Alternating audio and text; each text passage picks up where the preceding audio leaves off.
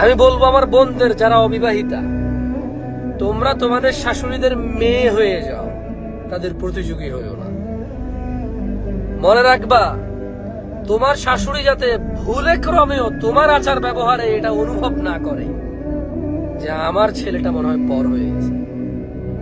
তুমি এতটুকু তুমি আস্থা রাখো, তোমার স্বামীকে তুমি তোমার শাশুড়ির চেয়ে বেশি ভালোবাসতে পারবে না। তুমি এতটুকু আস্থা রাখো, তোমার শাশুড়ি যে পরিস্থিতিতে তোমার স্বামীর সঙ্গ দেবে, তুমি এই বড় ভাইয়ের কথায় আস্থা রাখো, তুমি ওই পরিস্থিতিতে সঙ্গ দিতে পারবে না তোমার স্বামীর।